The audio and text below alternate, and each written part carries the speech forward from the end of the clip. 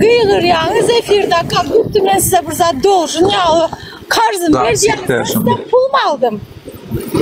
Dur Sultan sen çıkarmak için $1000 advokat söyledi. Pul almadım ben sizden pul soramadım düşündünüz mü bu bir. Siz benim ömrümden 3 ayını izne verin kakamrada. Düşündünüz $50 eti eurum da kakoydu.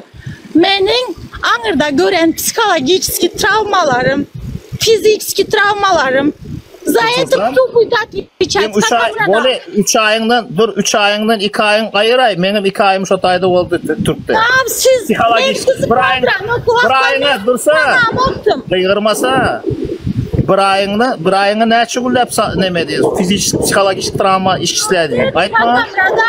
Aytma dedim mesela. Bir ayına ne çıkmaz? Sen benim olmadın. Doğru değil mi? Ben sizin çağınızdan. Ben sana dur o dinle doğru. Dostlarım ben sizden pul almadım. Dinle. Ben sana kadar pul verem demedim. Düşününüz.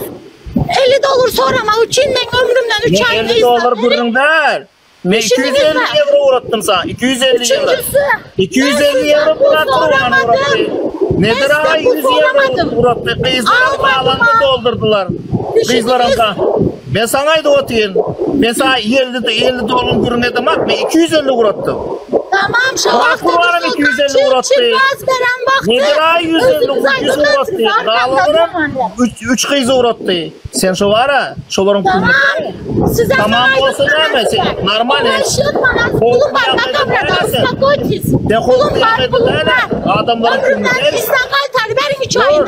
Ben size pulumu söylemem tamam. 3 ayını kaytarmak için sen var 6000 euro Dıyırma. Dıyırma. 3 ayını var 6000 euro sen grant aldın pravazashniklarda. Dıyırma dedim. Dıyırma. Hem zatlarda otaydı. Pasosu $60 kızdırma. Ben sana da otayım. Sen pulun kaytar.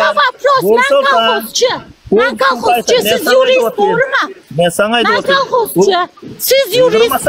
Siz nimşettiniz Abdullah ben Ayşerike için. İndi mi gerek oldu size? Arkasında etmediğiniz, söylemediğiniz gap kalmadı. İndi mi gerek oldu size? Boldun mu? Yapayım gerek mi size? Boldun mu? Nime gerek size? Boldun mu? Ankara'nın kakamrada. Siz nereye gidecek olsanız hem, nimşecek olsanız hem, ben şifremizse doğuşlamaz. Bergin ver. Başkalarına götünüzlerden gelseydinler gelmeseyim adı kaytsı. İfso. Sen panyatma.